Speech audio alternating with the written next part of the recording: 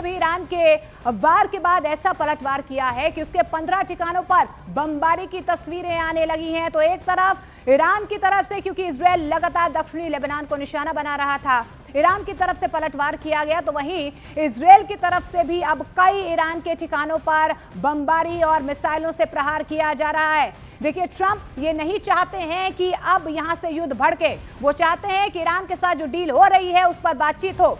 Trump की तरफ से इजरायल को मना भी किया गया था कि आप रिटेलिएट ना करें, लेकिन बेंजामिन नेतन्याहू की तरफ से सीधे तौर पर यहां पर ईरान पर प्रहार किया गया, यानी कि दोनों ही तरफ से अंगारे जो है भड़कने शुरू हो गए। एडवाइजरी यहां पर जारी की गई है कि जल्द से जल्द जितने भी भारतीय ईरान में हैं वो ईरान को छोड़ दें। और इससे पहले हमने देखा कि किस तरीके से ईरान की तरफ से लगातार जो है बैलिस्टिक मिसाइलों से, ड्रोन हमलों से इजरायल पर प्रहार किया गया है। ट्रंप के मना करने के बावजूद इजरायल की तरफ से रिटेलिएट किया गया है। ईरान के कई इलाकों में इस वक्त जो है लगातार इजरायल की तरफ से भी प्रहार किया जा रहा है, लेकिन भारतीय दूतावास की तरफ से एडवाइजरी बाकायदा भारतीयों के लिए जारी की गई है। ईरान में मौजूद भारतीय जल्द ईरान छोड़ दें और भारतीयों को ईरान की यात्रा न करने का सुझाव यहाँ पर दिया जा रहा है। तो युद्ध की आग भड़कती हुई नजर आ रही है। दोनों तरफ से तनाव जो है वो चरम पर है। बातचीत का दौर जरूर जारी है। युद्ध विराम को लेकर भी लगातार टॉक्स चल रहे हैं बैक चैनल, लेकिन बावजूद इसके एक बार फिर से युद्ध भड़कता हुआ नजर आ रहा है। और यही वजह है कि कई यूएस के ठिकानों पर भी अटैक करने का दावा जो है वो किया जा रहा है। खुजेस्तान प्रांत के बंदरे महशर में ईरान की कारून पेट्रोकेमिकल कंपनी पर मिसाइल अटैक किया गया, जिसकी तस्वीरें हम आपको टेलीविजन स्क्रीन पर दिखा रहे हैं। और तस्वीरों में पेट्रोकेमिकल कंपनी के ऊपर से धुएं का गुबार सीधा उठता हुआ नजर आ रहा है। ये तस्वीरें हम आपको दिखा रहे हैं कि किस तरीके से यहाँ पर एक तरफ इजरायल की तरफ से लेबनान को निशाना बनाया जा रहा है। यूएस ईरान के बीच सीज फायर को लेकर लगातार बातचीत हो रही है। हिजबुल्लाह के ठिकानों पर सीधे तौर पर प्रहार इजरायल की तरफ से किया जा रहा है और यही वजह रही कि ईरान की तरफ से इजरायल पर स्ट्राइक की गई है। अब लेबनान में हमलों से ईरान भड़क गया और उसके बाद ईरान ने इजरायल पर जो है कार्रवाई की है और इजरायल की तरफ से अब ईरान पर जवाबी कार्रवाई की गई है। ईरान के हमले के बाद इजरायल ने यह भयंकर पलटवार किया है। जानकारी निकल कर आ रही है, ईरान के 15 ठिकानों पर इजरायल की तरफ से हमले किए गए हैं। इजरायल के हमले के बाद खुजेस्तान प्रांत के बंदरे महशर में ईरान की कारून पेट्रोकेमिकल कंपनी पर यह मिसाइल अटैक किया गया है।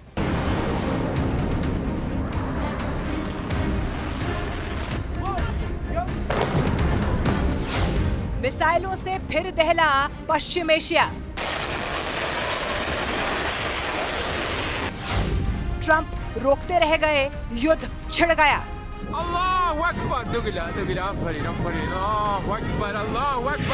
पश्चिम एशिया में एक बार फिर भयंकर युद्ध शुरू हो गया। ईरान और इजरायल में सीधी भिड़ंत हो गई। लेबनान की राजधानी बेरूत पर इजरायली एयर स्ट्राइक के जवाब में ईरान ने रविवार रात इजरायल पर कई बैलिस्टिक मिसाइलें दाग दी, जिसके बाद पश्चिम एशिया में बारूदी बारिश शुरू हो गई। इजरायल ने भी कुछ ही घंटों के अंदर जोरदार जवाबी कार्रवाई करते हुए ईरान के भीतर सैन्य ठिकानों को निशाना बनाना शुरू कर दिया।